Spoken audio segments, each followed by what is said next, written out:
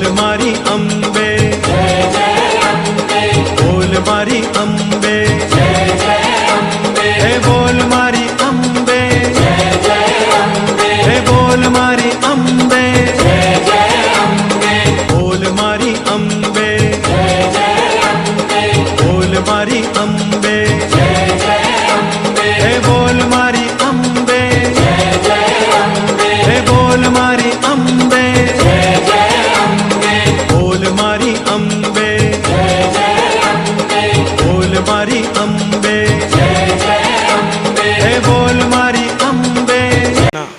अब थोड़ा चुप रहने की आदत डाल लो। बच्चे बड़े हो गए हैं, उनको जो सही लगे करने देना। अगर तुमसे राय मांगने आवे तो सही राय दे देना, नहीं तो चुप रहना। अपने काम से काम रखना, बच्चों पे नज़र ज़रूर रखना, लेकिन बच्चों के जीवन में ज़्यादा दखल अंदाजी नहीं करना और किसी से कुछ उम्मीद नहीं करना, क्योंकि तुम्हारी मैं अब इस संसार से जा चुकी हूँ।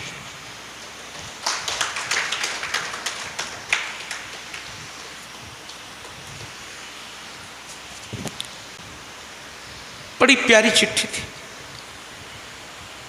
और अंत में फिर उसने लिखा कि मैंने पूरा प्रयास किया तुम्हारी बातों को समझने का, तुम्हारे हिसाब से इस घर गृहस्थी को चलाने का, फिर भी कहीं चूक हो गई है तो मैं तुम्हारे चरणों में प्रणाम करती हूँ।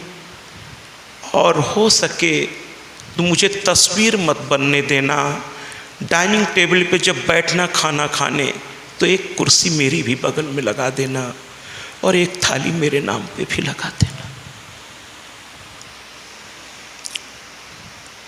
थोड़ा कभी कभी याद कर लेना, मुझे इतने से ही संतोष हो जाएगा कि मेरा पति अभी भी मुझे याद करता है।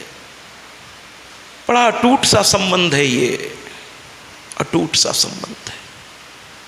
मैं आप सबसे कहना चाहता हूँ, इसलिए मैं स्त्री का सम्मान करता हूँ जो जीते जी तो ध्यान रखती ही है, मरने के बाद भी उसको ध्यान रहता है अपने परिवार का, अपने पति का। उसने तो बचपन से आज तक अपना ध्यान रखना सीखा ही नहीं महाराज, वो तो जीती ही दूसरों के लिए है, इसलिए प्रणाम करता हूँ। 365 दिन में नाना प्रकार के वो व्रत रहती हैं। मैं आप सबसे कहता हूँ, मैं छोटा बड़ा नहीं कर रहा हूँ, आपको तो मैं आदरणीय मानता हूँ, क्योंकि आपके घर की ये प्रतिष्ठा है और आप आदरणीय हैं तभी ये भी आदरणीय है। मैं तो पहले ही कहा, अगर आप अच्छे बिजनेसमैन हैं, डीएम हैं, तो आप स्वयं बहुत आदरणीय हैं, समाज आपको सम्मान देता है ना महाराज। लेकिन इनके सम्मान का ध्यान रखना हमारा आपका पहला कर्तव्य है। और इसीलिए मैं रात दिन एक ही बात कहता हूँ कि खुद को सम्मानित रखना से ज़्यादा ज़रूरी ये है कि हम पर जो आश्रित हैं, चाहे वो हमारे माता पिता हों, है ना, क्योंकि आप सक्षम हैं, आपका समाज में एक बहुत प्रतिष्ठा है, आपको ज़रूरत नहीं है, लेकिन जो आप पर आश्रित हैं, छोटे बच्चे, आपके माता पिता जो वृद्ध हो चुके हैं, और आपकी ये जो धर्म पत्नी है। बहुत से लोग क्या करते हैं, दोस्तों के साथ प्लानिंग करके तीर्थ स्थानों में चले जाते हैं घूमने, दोस्तों के साथ रेस्टोरेंट में खाना खा लेते हैं, दोस्तों घर पे एक फ़ोन कर देते हैं, आज मैं घर में नहीं खाना खाऊंगा। अच्छी बात है, दोस्तों के साथ जाने में कोई बुराई भी नहीं है, लेकिन भैया अगर हर बार आप दोस्तों के साथ ही तीर्थ जाएंगे, दोस्तों के साथ ही पिकनिक जाएंगे, दोस्तों के साथ ही हर सुख का अनुभव करेंगे, तो आप एक चीज़ हमें बता दीजिए कि ये चाहे जो छोटे बच्चे हैं, वृद्ध माता पिता है, वो किसके साथ कहाँ जाएंगे जब आप इनको छोड़ के खुद।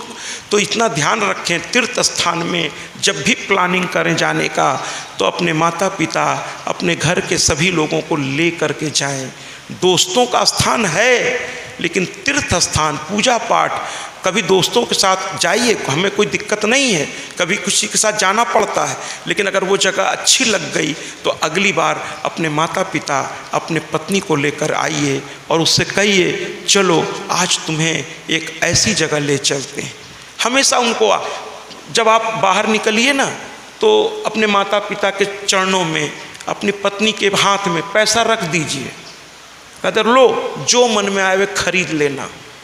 अगर वो मना करें तो कहते तुम्हारा ही पैसा है, लो खरीद लेना। अपने माँ बाप से भी कह दीजिए, जो इच्छा करे पापा बताना, मैं तो हूँ ही, मैं तो खरीद ही दूंगा, लेकिन आप रख लो। कुछ इच्छा करे प्रसाद चढ़ाने की, मेरी नज़र उधर, आप खरीद लेना, चिंता नहीं करना, और पैसा होगा तो बताना, मैं दूंगा। उसी तरह पत्नी को कुछ ऐसा करिए ना, फिर देखिए हर घर स्वर्ग हो जाएगा। जहाँ माता पिता का आशीर्वाद भरा हाथ अपने बच्चों पर हो गया ना महाराज, वहाँ तो भगवान चल करके आएंगे। और क्यों ना आए, और क्यों ना स्त्री का सम्मान हम करें, क्योंकि शास्त्र कहता है यत्र नारी पूज्यन्ते तत्र रमन्ति देवता। जहाँ स्त्री का सम्मान है वहीं देवताओं का निवास है। तो ये चीज़ को समझते हुए अब कथा को हम और आगे बढ़ाते हैं, कथा को हम और आगे बढ़ाते हैं, कथा को हम और आगे बढ़ाते हैं।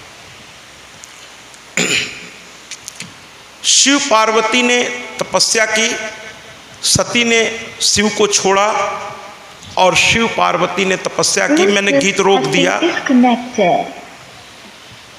तो शिव पार्वती के बाद अब बारी आती है लक्ष्मी नारायण की, क्योंकि आपको कथा में याद होगा कि शिव के साथ लक्ष्मी जी नारायण को भी छोड़ के चली गई थी। माने शिव को गौरा ने छोड़ दिया, लक्ष्मी ने नारायण को छोड़ दिया था, दोनों एक साथ चली गई थी। तो अब तो शिव को गौरा वापस मिल गई, इनका मामला ठीक हो गया, तो चलें जरा उनका भी ठीक कर दें, वरना वो भी सर पकड़े बैठे, मेरी घरवाली चली गई, उनकी भी घरवाली ला दें, फिर कथा आगे बढ़ाएं। तो लक्ष्मी अब कैसे आवे, तो हुआ कि फिर क्या किया जाए। शिव को तो पार्वती दिला दिया गया, अब वो संतुष्ट हो गए, भाई घरवाली आ गई, घर शांति से चलने लगा। फिर शिव बाकी कामों में अपना मन लगाने लगे, क्योंकि शिव शक्ति से ही पूर्ण है। बजा दीजिए, शिव शक्ति से ही पूर्ण है। इसी तरह लक्ष्मी भी नारायण से पूर्ण है, दोनों को मिला देते हैं। मैं केवल 2 लाइन कि बिना शक्ति, ये जो घर की स्त्रियां होती हैं वो अपने पुरुष की शक्ति होती हैं और पुरुष उनकी शक्ति, दोनों एक दूसरे के पूरक हैं, दोनों का महत्व है महाराज, दोनों का सम्मान। मैंने आपके सम्मान के लिए इतना बोला, तो एक लाइन मुझे ऐसे बोलने की जरूरत नहीं पड़नी चाहिए कि इनसे ही आपकी शोभा है, इनसे ही आपकी शोभा है, इसलिए इनकी शोभा में, इनकी सेवा में कोई कमी मत आने दीजिएगा। और ये जब आपको प्यार दें तो उस प्यार को अधिकार के रूप में स्वीकार तो करिएगा, लेकिन इनका सम्मान करना कभी मत भूलिएगा, क्योंकि यही आपके सब कुछ हैं। ये भी ध्यान रखिएगा, आपको भी ध्यान रखना होगा कि दिन भर का थका आदमी जब आवे तो घर में शांति हो, उनको पहले पानी दीजिए, थोड़ा उनका पता नहीं किस किस से पूरे बिजनेस में दिन भर पाला पड़ा है, तो तुरंत आते ही शुरू मत हो जाइए, ऐसा वैसा ये वो, फिर वो झल्ला जाएंगे। पहले उनको सुस्ता लेने दीजिए, थोड़ा हाथ मुंह धो लेने दीजिए, थोड़ा चाय पिलाइए, थोड़ा अच्छा सा नाश्ता कराइए, थोड़ा उनके पास बैठिए, थोड़ा उनसे पूछिए दिन आपका कैसा बीता। आपके भी कर्तव्य हैं, केवल उनके नहीं हैं, आपके भी कर्तव्य हैं, आपको ध्यान रखना चाहिए। अभी देखिएगा सत्यवादी हरिश्चंद्र की कथा कल आएगी और यहाँ बैठा हर आदमी रोएगा, रानी सेव्या कैसे अपने पति का ध्यान रखती थी। और जब उसका जिक्र आएगा तो शायद हर पति को अपनी पत्नी याद आएगी। कल की कथा पतियों की प्रधानता बताएगी कि एक पत्नी के लिए पति क्या है, कल की कथा ये आपको बताएगी कि रानी सेव्या ने कह दिया था कि तुमने अगर मुझे बेच भी रहे हो तो अपने स्वार्थ के लिए नहीं, तुमने कोई मदिरा पीने के लिए मुझे नहीं बेचा, तुमने कोई जुआ में मुझको नहीं हारा, तुम धर्म की रक्षा के लिए, सत्य की रक्षा के लिए और किसी की मर्यादा को बनाए रखने के लिए अगर तुम्हें मुझे बेचना भी पड़े तो भी चिंता नहीं करना। मैं जाते जाते भगवान से एक ही बात कहूँगी कि मुझे हे प्रभु हर जन्म में तुम्हारे जैसा ही मुझे पति मिले, तुम ही मुझे बार बार मिलो, ऐसा कहेगी रानी सेव्या। कल की कथा बहुत करुणामय होगी। बहुत करुणामय, आज भी होगी। फिलहाल तो शिव शक्ति से ही पूर्ण है। शिव शक्ति से ही पूर्ण है, शक्ति के वो सिंदूर है, गौरी के गौरव के लिए जो हो रहे अब दूर है। शिव शक्ति से ही पूर्ण है, शक्ति के वो सिंदूर है, गौरी के गौरव के लिए जो हो रहे अब दूर है।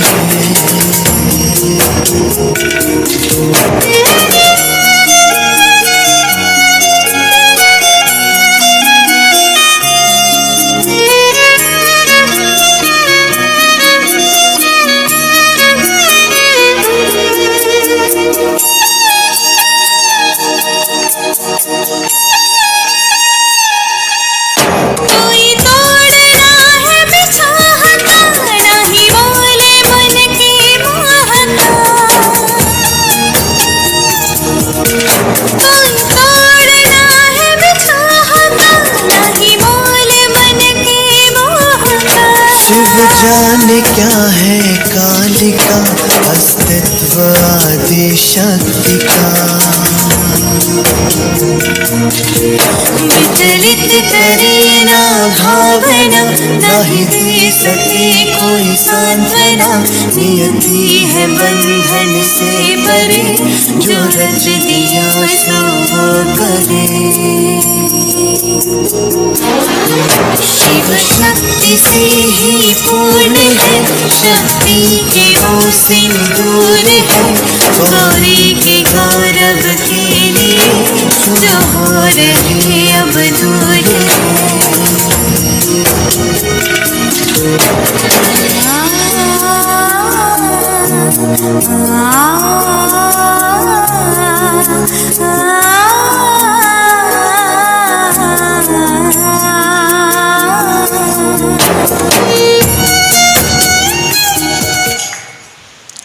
आइए अब लक्ष्मी नारायण को भी मिला दें, फिर कथा को और आगे बढ़ाएं। लक्ष्मी नारायण। अब हुआ कि लक्ष्मी को कैसे बुलाया जाए, तो हुआ समुद्र मंथन किया जाए। समुद्र मंथन के लिए देव और राक्षसों को एक साथ इकट्ठा होना पड़ा। कहते हैं ना, कोई अच्छा काम को पूरा करने के लिए कुछ एकाध ऐसे लोगों को भी लेना पड़ता है जिसको आप लेना नहीं चाहते, लेकिन लेना पड़ता है क्योंकि उसकी भूमिका भी महत्वपूर्ण होती है, लेना पड़ता है समाज में। ये और बात है कि वो समस्या बना रहता है वो आदमी। तो हुआ कि राक्षसों को भी मनाइए और समुद्र मंथन कीजिए। तो हुआ कि इतने बड़े समुद्र को मथा कैसे जाए भाई, कोई दही तो है नहीं एक बर्तन में रख के मथनी से मथ रहे हैं, ये तो पूरा सागर को मथने की बात हो रही है। तो कहें फिर मथनी भी बड़ी होनी चाहिए, तो कहें मंदराचल पर्वत। जैसे ही तो कहें इसमें रस्सी कौन सी होगी, सामान्य रस्सी तो काम ही नहीं करेगी। तो उन्होंने कहा फिर जो है शेषनाग पूरा लिया गया। वासुकी नाग, नागों का राजा, वो सहस्त्र फन। उसके बाद जब वो पत्थर उस पहाड़ को डाला गया, शेषनाग की रस्सी बनाई गई, तो पहाड़ डूबना शुरू कर दिया। हुआ कि अब क्या किया जाए, क्या इसको आधार दीजिए। तो स्वयं भगवान विष्णु कुर्मा अवतार लिए, कुर्मा अवतार और कच्छप बन करके वो अपने ऊपर मंदराचल पर्वत को रखा, धारण किया। अब उस पर मंथन शुरू हुआ। हुआ कि पूंछ कौन पकड़ेगा, तो राक्षस तो अहंकारी कहने लगे हम पूंछ क्यों पकड़ें, हम मुख पकड़ेंगे। भगवान ने कहा बहुत बढ़िया, पकड़ो मुख। कहाँ रहे सब पैर वैर, हम लोग बहुत से लोग बड़े अहंकारी होते, कहते पैर क्यों छुए भाई, हैं कौन छुए, क्यों छुए पैर, हम तो बस दूर से प्रणाम कर लेंगे, ऐसे ही पैर क्यों छुए इनका। भगवान ने कहा बहुत अच्छी बात, अच्छा है, नहीं छुओगे तो उसका पुण्य तुम्हें नहीं मिलेगा, तुम शायद उसके लायक ही नहीं हो, तुम मुख ही पकड़ो। तो मुख पकड़ लिया। देवताओं ने पूंछ पकड़ने में बिल्कुल देर नहीं की, क्योंकि देवता जानते थे कि आशीर्वाद लेना हो तो चरणों के पास बैठना पड़ता है ना। इस पर एक छोटा सा उदाहरण दें, रामचरितमानस में तो ये नहीं है, वाल्मीकि रामायण में भी ऐसा कोई जिक्र नहीं है, लेकिन ये किंवदंती यहाँ हैं तरह तरह की कि जब रावण मर रहा था तो राम ने लक्ष्मण से कहा कि इस दुनिया का श्रेष्ठ विद्वान है ये। लक्ष्मण जी को समझ में बात नहीं आई, कह रहे बड़ा दुष्ट है ये।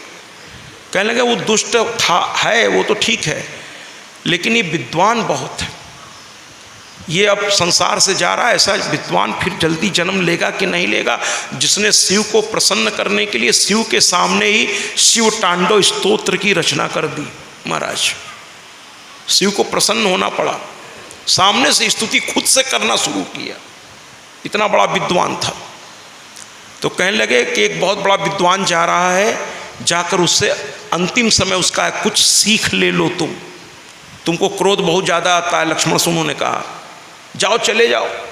लक्ष्मण बड़े भाई की बात टाल नहीं पाते थे, लेकिन उनको लगा कि रावण से मैं क्या सीखूंगा। अरे राम मेरा भाई, भरत जैसा मेरा भाई, दशरथ जैसे पिता, कौशल्या कैकेयी सुमित्रा जैसी माता, गुरु वशिष्ठ जैसा गुरु, इनके रहते अब इस राक्षस से क्या शिक्षा मुझे लेनी है। फिर भी भाई की बात मान करके गए और जा करके कहे मुझे शिक्षा दे दो, मर रहे हो। और मेरे भाई ने कहा तुम बहुत बड़े विद्वान हो, विद्वान से कोई अगर मिल जाए तो बड़े किस्मत से मिलता है, बड़े भाग्य से मिलता है, तो कुछ सिखा के जाओ। रावण कुछ बोला ही नहीं। फिर उन्होंने कहा अरे कुछ सिखा दो भाई, भैया ने भेजा, नहीं तो मैं आता होता नहीं तुम्हारे पास, हमको तुम्हारी नहीं पड़ी है। तो बड़े भाई का आदर करता हूँ, चला जाऊँ तो पूछेंगे क्या सीखे, तो क्या बताऊँगा, झूठ बोल नहीं सकता। आज का ज़माना तो झूठ बोल देता, हाँ हाँ सिखा दिया उन्होंने। लेकिन उन्होंने कहा मैं झूठ नहीं बोल पाऊँगा, कुछ तो बोल दो, चाहे तो गुस्से में 2 बात ही सुना दो मुझको, जाके बता दूंगा कि तुम्हारी दुष्टता अभी तक नहीं छूटी, मरने के किनारे पहुँच गए हो, कुछ तो बोल दो। तो रावण फिर भी नहीं बोला। अब ये शेषनाग के अवतार थे, क्रोध इनको बहुत जल्दी आता था। पैर पटकते हुए राम के, भैया मैं कह रहा था ना आपसे मत भेजिए। अरे रस्सी जल गई, ऐंठन नहीं गई, मरा जा रहा है, आखिरी सांसें चल रही हैं, अभी भी उसी तरह जमीन पे लेटा है, वहाँ भी अकड़ा हुआ है, ये सुधरने वाला नहीं है, ये राक्षस है भैया। भगवान मुस्कुरा दिए, कहने लगे तुमने कहा था उससे? अरे बिल्कुल कहा भैया, आपका नाम तक लिया, वो बोल ही नहीं रहा है, बहुत दुष्ट है, बोल ही नहीं रहा है। तो कहने लगे एक चीज़ बताओ, तुम कहाँ खड़े होकर उससे बात किए हो? पहली बात तो ये बताओ कि तुमने कहाँ खड़े होकर उससे बात की? उन्होंने कहा कहाँ खड़ा रहूँगा, उसकी सांस अब चल रही है। तो एकदम उसके सर के पास में गया कि कम सुन रहा होगा, मौत के समय दिखाई कम देने लगता है, सुनाई कम देने लगता है, धीरे धीरे बंद होने लगता है सब कुछ, है ना। मौत के समय सब कुछ बंद होने लगता है। इसीलिए काहे का कहते हैं ना कि इंसान किस बात का अहंकार करता है, जबकि अंतिम यात्रा भी उसे 4 कंधों के सहारे की जरूरत पड़ती है। तो किस बात का अहंकार, किस बात का अहंकार, है ना। जब हम दूसरे के ही सहारे अंतिम यात्रा पूरी करते हैं। तो कह भैया वो मैं सर के पास, तो राम हंसने लगे, कह देखो इसी से साबित हो गया कि वो विद्वान है, उसे पता है शिष्य गुरु के सर पे नहीं बैठता, तुम शिष्य बने ही नहीं तो वो गुरु क्यों बने, इसलिए वो चुप हो गया। तब लक्ष्मण की आंखें खुल गई, कहीं फिर अब की बार जाओ, पैर के पास खड़े होना और वहाँ जाके प्रणाम करना, वहाँ जाकर के पहले प्रणाम करना उसको पूरे सम्मान के साथ। और ये नहीं कहना कि राम ने भेजा है मुझे तो कोई लेना देना नहीं, ऐसा नहीं बोलना, है ना। आप किसी गुरु से कहेंगे देखो मुझे कोई मतलब नहीं है, लेकिन उन्होंने कहा इसलिए चला जाऊँ, तो कहेगा ठीक, अब आप ही गए हो तो चले भी जाओ, हाँ देख लिया जाओ।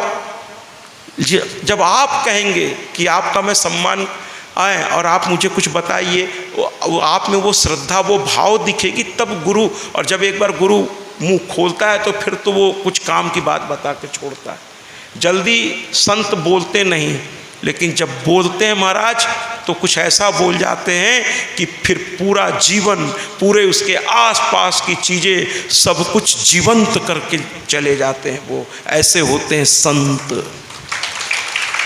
संत जो जीवंत कर दे अगल बगल की चीज़ों को अपनी वाणी से। तो कहे पैर के पास, लक्ष्मण गया, पैर के पास खड़े हुए और अब की बार उन्होंने प्रणाम किया कि हे लंकाधिपति, हे विद्वान शिरोमणि, हे ऋषि कुल में उत्पन्न, मैं आपको प्रणाम करता हूँ। रावण ने तुरंत आशीर्वाद दिया, शुभ आशीर्वाद, शुभ आशीर्वाद। बोलो लक्ष्मण। देखिए ये होता है, अगर आप किसी पढ़े लिखे से अच्छे से बात करेंगे, वो प्रत्युत्तर में आपसे और अच्छे से बात करेगा। अगर वो पढ़ा लिखा है और अच्छे से बात करेगा। रावण ने तुरंत आशीर्वाद दिया, शुभ आशीर्वाद, मंगल हो तुम्हारी। देखिए रावण बोलता है, कहता तुम्हारी जय हो, तुम्हारी जय हो, सब कुछ तुम्हारा हो जाए। तो लक्ष्मण जी को आश्चर्य हो गया, कहने लगे ये लंका भी? कहे हाँ, विजयी भव। तब लक्ष्मण को समझ में वास्तव में गुरु इसको कहते हैं। गुरु होते ही वो गुरु के फर्ज में आ गया। पूछो क्या पूछना है। तो कहने लगे कुछ ऐसा जीवन में बता के जाओ कि मेरा जीवन बदल जाए। तो बस कहे एक ही लाइन बोलूँगा क्योंकि मेरे पास अब समय नहीं है, मैं मरने जा रहा हूँ, एक लाइन में सब कुछ बोल दूँगा। तो कहने लगा क्या? तो कहने लगा कोई भी काम कल पर मत छोड़ना। अच्छा काम, जब दिमाग में कोई संकल्प उठ जाए कि हमें ये पूजा करनी है, ये अनुष्ठान करना है, ये कथा आपसे होते हैं, वो आपको ये काम करने नहीं देंगे। तो शुभ काम तुरंत, काल करे सो आज कर, आज करे सो अब, पल में परलय होएगी, बहुरी करोगे कब। इसलिए शुभ काम तुरंत, और बुरे विचार मन में आवे तो उसको टाल दीजिए, कल करूँगा, मना मत करिए। वरना विचार जो है ना, मन बड़ा चंचल है, मना करेंगे तो उतनी जोर से वो आपको कहेगा करो, तो कह दिए करूँगा करूँगा। अपने मन को ही थोड़ा सा मूर्ख बना लेते हैं हम लोग। मूर्ख बनाना सीख लीजिए मन को, कर दूंगा, प्रसन्न हो, कल करूँगा, कल कल कल। हाँ, और चूंकि जीवन में कभी कल आता नहीं तो बुरे काम को टालना सीखिए, वो टल जाएगा। और जब बुरा काम होगा नहीं तो उसका प्रतिफल भी बुरा आपके सामने कभी नहीं आएगा। और अच्छा काम संकल्प लीजिए तो उसको जितनी जल्दी हो सके पूरा कीजिए, जितनी जल्दी हो सके, क्योंकि एक बार वो हो भर जाए फिर देखिए बहुत आनंद ही आनंद आता है। आज जितने हमारे आदरणीय बैठे हैं, इन लोगों ने ये संकल्प लिया इस कथा के लिए, और व्यवस्थाएं उतनी जल्दी थी नहीं, लेकिन सभी लोग लग गए। मैं नाम तो लेना चाहता हूँ आदरणीय प्रहलाद जी का, सुंदरलाल जी का और चंद्रकांत जी का, प्रभु जी का लीजिए, ले भी लिया मैंने सबका, लेकिन प्रहलाद जी का तो मेरा नाम मत लिया करिए, है ना। अच्छा लगता है, उनकी ये भाव बहुत अच्छे लगते। लेकिन क्या करूं भाई, जब भगवान ब्रह्मा ने भी कथा सुनाई नारद जी को, तो वो बार बार कहते थे हे नारद, हे नारद। भाई जो कथा सुन रहा है या कथा की जो व्यवस्था में लगा है, तो वो संबोधन बार बार उसको करना ही पड़ता है। अरे नारद सुन रहे हो ना, अरे बस हे नारद। तो जब ब्रह्मा जैसा व्यक्ति भी जिसको सुना रहा है या जिसके द्वारा सुनाया जा रहा पूरे संसार को, तो ब्रह्मा भी पूरे संसार को कथा सुना रहे हैं, लेकिन नारद नारद कह रहे हैं। तो अगर मैंने प्रहलाद और सुंदरलाल जी और बाकी आदरणीयों का नाम ले लिया तो मैंने कौन सा गुनाह कर दिया? क्योंकि उनके माध्यम से ही ये कथा आप लोगों तक पहुंच रही है। गौ सेवा के लिए, सीताराम गौशाला के लिए ये लोग समर्पित हैं और रात दिन एक किए हुए हैं। और मैं कहने में संकोच नहीं करूंगा, चाहे वो आदरणीय सुंदरलाल जी हों, प्रहलाद जी हों, चंद्रकांत जी हों, प्रभु जी हमारे हों, है ना। आज तो स्नान भी उनके बाथरूम जाके करना पड़ा प्रभु जी के। तो सब दरवाजे खोल दिए गए हैं चारों तरफ मेरे लिए। बस एक ही लक्ष्य है कि सीताराम गौशाला की सेवा हेतु ये कथा पूर्ण रूप से, भव्य रूप से संपूर्ण हो और सीताराम गौशाला की आर्थिक स्थिति थोड़ी मजबूत हो आप सबके सहयोग से। एक ही संकल्प, समाज सेवा, सबकी सेवा। उस पर ये लोग अभी आपसे बात करेंगे। लक्ष्मी नारायण को मिलवा देते हैं।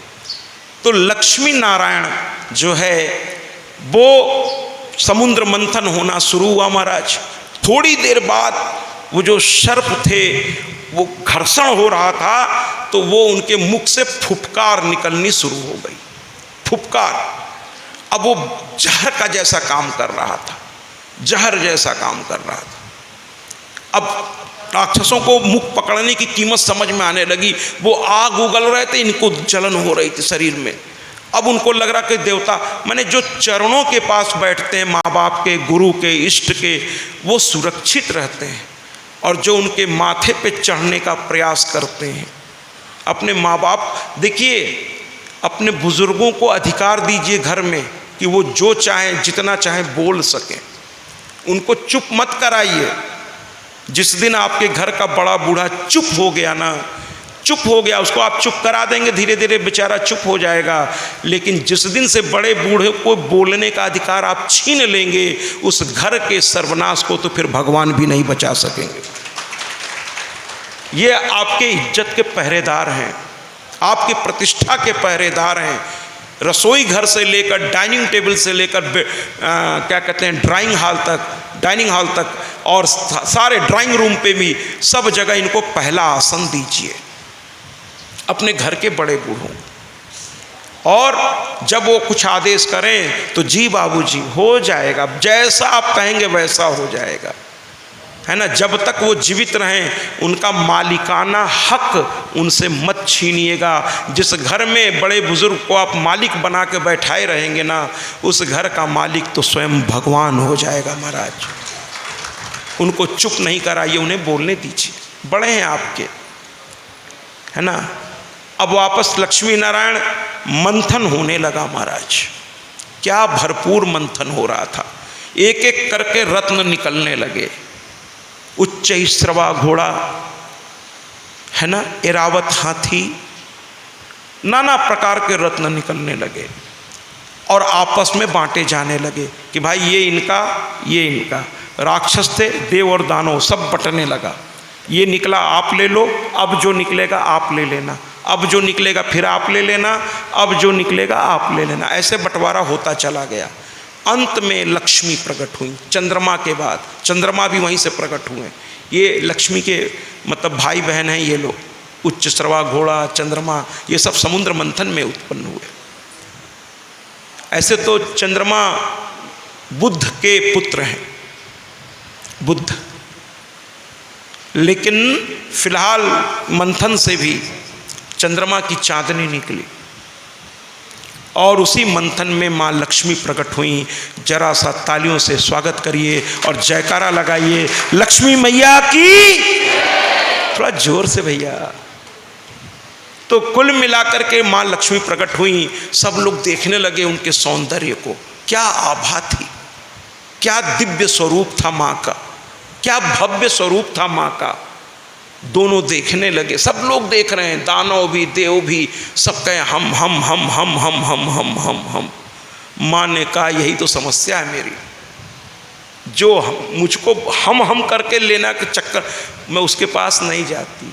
लेकिन जो मुझे प्राप्त करके इसे बांटने में विश्वास रखता है, कुछ धर्म के काम में, कुछ अपनों के पेट भरने में, अपने कहते हैं ना अपने प्रतिष्ठा को उसको सुरक्षित रखने में, धर्म के काम में, जो मुझे बांटता है, जो खुद के लिए मुझे नहीं चाहता, जो चाह करके भी मेरा सम्मान तो करता है, मुझे सर लगाता है, लेकिन मेरा दुरुपयोग नहीं करता, मैं सिर्फ उसी के पास जाती हूँ। तो कहे फिर किसके पास जाएंगी आप, किसको चुनेंगी। उस जमाने में स्त्री को अधिकार था चुनने का कि वो किसको अपना पति बनाना चाहती है। आज के ज़माने में भी अधिकार दिया जा सकता है और दिया भी जाता है, लेकिन क्या है कि अधिकार लेने के लिए अधिकार योग्य बनना पड़ेगा। अगर आज के बच्चियों को हम लोग ये अधिकार दे दें कोई दिक्कत नहीं है, लेकिन फिर बच्ची को भी तो उस लायक बनना पड़ेगा, उसमें वो परिपक्वता होनी चाहिए। और आजकल जो मोबाइल्स ने एक नेटवर्क फैला रखा है, मैं किसी कंपनी का नाम नहीं लेता, मैं तो रोज़ कथा में एक बार ये ज़रूर बोलता हूँ, पता नहीं क्यों मुझे पंगे लेने की आदत है लोगों से। अब मल्टीनेशनल कंपनी है ना, किसी दिन उस तक बात पहुंच गई तो मेरे पीछे पड़ जाएगा, है ना। लेकिन मैं कहूँगा कि ये जो कंपनियां हैं ना, ये पहले आपको उसकी आदत डलवाती हैं, और जब आप उसके आदी हो जाते हैं तो फिर उसका मूल्य वो आपसे वसूलना शुरू। मैं नाम नहीं लूँगा, एक कंपनी ने पहले फ्री में बांट दिया सबको। पहले कहा 3 महीना फ्री, सर्विस अच्छी नहीं थी तो देखा अभी भी पब्लिक पूरे पकड़ में नहीं आ रही है, तो कहा 3 महीना और फ्री। थोड़ी सर्विस अच्छी हो गई, पब्लिक थोड़ी और, फिर कहा चलो 6 महीना और फ्री। लोग खुश हो गए, कितना दानी आदमी है दानी है। धीरे धीरे जैसे ही पूरे लोगों ने और दूसरी कंपनियों के सिम छोड़ छोड़ के उठा लिया, अपने नंबर ट्रांसफ़र कर लिए, और जब सब तरफ से उसका स्लोगन ये कर लो मुट्ठी में, जब सब कुछ मुट्ठी में आ गया तब उसने दाम लेना शुरू कर दिया और बाकी कंपनियों की कमर तोड़ दी उसने अपने स्ट्रेटजी से।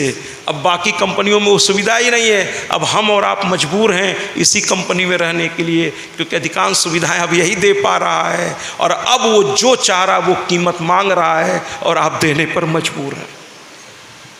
ये है स्ट्रेटजी। पहले आवश्यकता बनाओ, पहले व्यक्ति को उसका लत लगाओ। पहले वॉशिंग मशीन नहीं था तो समस्या थी क्या, माताएं कपड़े धुल लेती थी, उससे फिर किसी जिम में जाने की ज़रूरत नहीं पड़ती थी। हैं, रोज़ को रोज़ हर आदमी अपना नहाता था, धोता था, कपड़े चकाचक प्रेस कर लिया, काम ख़त्म। वॉशिंग मशीन बताया गया कि अब आपको खाली बटन दबाना है, लेकिन वो बटन जब दबता है तो न जाने कितने और बटन दब जाते हैं। बिजली का बिल, उसके पार्ट्स, है ना। तो व्यापारियों की बुद्धि का ठिकाना नहीं है महाराज, है ना। तो हमको आपको समझ के चलना होगा। रेलवे का एक स्लोगन मुझे बहुत अच्छा लगता है, सावधानी हटी दुर्घटना घटी। जीवन में यही ध्यान रखिए। मॉल्स वाले ऑफर करते हैं एक के साथ एक फ्री। एक बार एक पति ने पूछा, अरे घर में तो है फिर क्यों ले रही हो? तो पत्नी कहती है, तुम्हें कुछ आता है क्या, बस कमाना जानते हो। अरे फ्री में दे रहा है। पति बहुत बड़ा व्यापारी था, कहा कोई व्यापारी कोई चीज़ फ्री में नहीं देता, घर से थोड़ी देगा, हैं, कहाँ से आएगा सब पैसा। तो उसने धीरे से उस व्यापारी से कान में कहा, मैं भी व्यापारी हूँ, अगर ये फ्री वाला न लूँ तो कितने का? तो उसने सीधे आधा दाम करके बताया, इतने का। तो कहे बस इतने का। तो अपनी पत्नी से कहा, देखो ये आधे में मिल गया एक, और तुम 2 ले रही थी, तुमको लग रहा था एक के साथ एक फ्री है, लेकिन हकीकत में वो एक की जगह 2 आइटम वो बेच दिया तुम्हारे हाथ में, पैसा उसने ले लिया घुमा के। तो व्यापारियों के चक्कर में सभी यहाँ व्यापारी बैठे, कहे महाराज उतरो मंच से बताता हूँ वहाँ तक तो ठीक है, बैठे रहो आप। लेकिन क्या करें, इनको भी एक व्यापारी जब खड़ा होता है महाराज तो कितनों के घर का चूल्हा जलता है। मैं तो कहता हूँ कि अगर व्यापारी न हो, उद्योगपति न हो, तो ये बहुत से घरों के चूल्हे बंद हो जाएं। मैं तो इनको एक नाम से पुकारता हूँ कि ये बहुतों के अन्नदाता हैं, अन्नदाता। भाई बुद्धि लगाना क्या हुआ, किसी के जेब से पैसा तो नहीं निकाल रहे हैं, कोई डकैती तो नहीं डाल रहे हैं, वो एक प्रोडक्ट लेकर आए हैं, अब उसको अपने तरीके से मार्केट में डाल रहे हैं। आपकी इच्छा हो लो, नहीं इच्छा हो मत लो, कोई ज़बरदस्ती तो कर नहीं रहे बेचारे, क्योंकि उनको कई घर चलाना है, उनको उसी में स्टाफ का खर्च निकालना है, बिजली का बिल निकालना है, मकान का किराया निकालना है, और उनके बाल बच्चे भी इंतज़ार करते हैं कि दिन भर पिताजी बाहर हैं, लौटेंगे तो हमारे लिए ये ले। तो बेचारे क्या करें, उनको भी देखना पड़ता है सब कुछ। और आपको कोई नुकसान ऐसा करके वो कुछ नहीं कर रहे हैं, वो जो दे रहे हैं उसमें से बहुत सी चीज़ आपके काम की ही तो है, तो ऐसा कुछ नहीं है। लेकिन हमें आपको समझदारी से थोड़ा काम लेना हो। तो लक्ष्मी नारायण की बात जो हम कर रहे थे, तो लक्ष्मी जी निकली। अब हुआ कि आप किसके साथ जाएंगी? तो लक्ष्मी ने चारों ओर देखा, सब उनकी ओर देख रहे थे, सब उनको चाह रहे थे कि मुझे मिल जाए। 2 ही लोग उनकी ओर देख तो रहे थे, प्रणाम भी कर रहे थे, लेकिन बहुत चाहत उनको नहीं दिखी। एक भगवान विष्णु, प्रणाम उन्होंने भी किया, लेकिन सामान्य सहज, जो व्यक्ति सम्मान पा करके भी सहज रहे, जिसके पैर हमेशा जमीन पर रहें, कितना भी सम्मान दे दीजिए, कितना भी कुछ दे दीजिए, लेकिन वो और झुककर, आप जितना सम्मान देंगे उतना ही झुककर वो आपको सम्मान दे रहा हो, तो ऐसे व्यक्ति को सम्मान देना भी एक सम्मान का काम होता है। और हर व्यक्ति चाहता है कि ऐसे लोगों का सम्मान किया जाए। जो सम्मान का सम्मान करना जाने, उसे ही सम्मानित करने का आनंद भी आता है। तो भगवान विष्णु की ओर माँ ने देखा, वो मुस्कुरा रहे थे। बाकी लोग कह रहे थे, माँ मेरे पास आओ, माँ मेरे पास आओ, माँ मेरे पास आओ। लक्ष्मी कौन नहीं चाहेगा। अभी यहाँ पर प्रहलाद जी और कोई भी आदरणीय है रख दें कि भाई ये किसको चाहिए, सभी कहेंगे हमें दे दो, क्या दिक्कत है भाई, आप दानी कर रहे हो तो हमें दे दो। तो लेकिन विष्णु भगवान सात्विकी थे, शांत थे और सन्यासी शांत थे। वो हाथ जोड़े माँ को चरणों में देख रहे थे। तो माँ ने कहा, मैं दो लोगों के पास जाऊंगी, एक इन संतों के पास जाऊंगी और एक भगवान विष्णु के पास। अब आप चौंकेंगे कि संत के पास लक्ष्मी कहाँ होती है, मैं बताता हूँ। उन्होंने कहा, मैं दो लोगों के पास जाऊंगी। हुआ किसके पास? कहें विष्णु के पास। तो कहें किस स्वरूप में? तो कहने लगी पत्नी स्वरूप में, क्योंकि विष्णु सात्विकी हैं और उनको राजसी तामसी से कोई लेना देना नहीं है। धन भी उसके पास आता है जो उसे स्वयं नहीं भोगता है ना। अब फिर क्या करूं प्रहलाद जी, मुझे कहना ही पड़ता है। प्रहलाद जी हमारे देखिए न घर में ज़्यादा देर रहते हैं, न ज़्यादा भोजन, बाहर भोजन लेते, बाहर ही रहते हैं। तो मैं कहता हूं कि आप भी संत ही हैं, घर में सारी सुख सुविधा है, लेकिन उनको उसकी लालच नहीं है, वो बस बाहर समाज की सेवा में लगे हुए हैं। तो भगवान विष्णु को भी कुछ चाहत नहीं थी। तो माँ ने कहा, मैं इन्हें अपना पति बनाऊंगी। और दूसरी बात, कह संतों के पास जाऊंगी। तो कह क्या वहाँ भी द्रव्य बन के या किस रूप में जाएंगी? तो कहने लगी, संतों के चेहरे का नूर बन के मैं जाऊंगी, उन्हें ऐश्वर्य लक्ष्मी प्रदान करूंगी, अर्थात उनके चेहरे पर वो दिव्यता होगी जो अपने आप में सारे धन से सबसे ऊपर होगा। इंद्र ने हाथ जोड़ा, माँ मेरे पास। कहे तुम्हारे पास स्वर्ग लक्ष्मी बन के रहूंगी। राजाओं ने कहा, माँ मेरे पास। कहने लगे, तुम्हारे साथ में राज लक्ष्मी बन के रहूंगी। गृहस्थों ने भी हाथ जोड़ दिया, कहा माँ मेरे पास। सुन लीजिए आप सभी, माँ मेरे पास। तो उन्होंने कहा, मैं तुम्हारी गृह लक्ष्मी बन के तुम्हारे साथ रहूंगी। तालियों से स्वागत करिए ना। ये लक्ष्मी है आपके घर की, गृह लक्ष्मी, चाहे वो कन्या के रूप में हो, माँ के रूप में हो, पत्नी के रूप में हो, बहन के रूप में हो, इन्हें गृह लक्ष्मी कहते हैं। गृह लक्ष्मी, घर की लक्ष्मी। और इस तरह से लक्ष्मी और नारायण को भी मिल गए। बोलिए ना एक बार जयकारा लगाइए, लक्ष्मी नारायण की। अब हमारे आदरणीय कुछ आप लोगों से कहना चाहेंगे, कह लीजिए। फिर आगे की कथा बहुत प्यारी है। सुकन्या, आज अगर अपनी कन्याओं को अगर आप लेके आए होंगे तो बहुत अच्छी बात है। आज मैं बताऊंगा कि एक कन्या का फर्ज अपने मायके में क्या होता है और ससुराल में, और कन्या होनी कैसी। इस कथा के में बहुत से लोग रोने लगेंगे। अभी सुकन्या की कथा मैं शुरू करूंगा, लेकिन पहले हमारे आदरणीय बोल मारी अम्बे, हे बोल मारी अम्बे, हे बोल मारी अम्बे, बोल मारी अम्बे, बोल मारी अम्बे।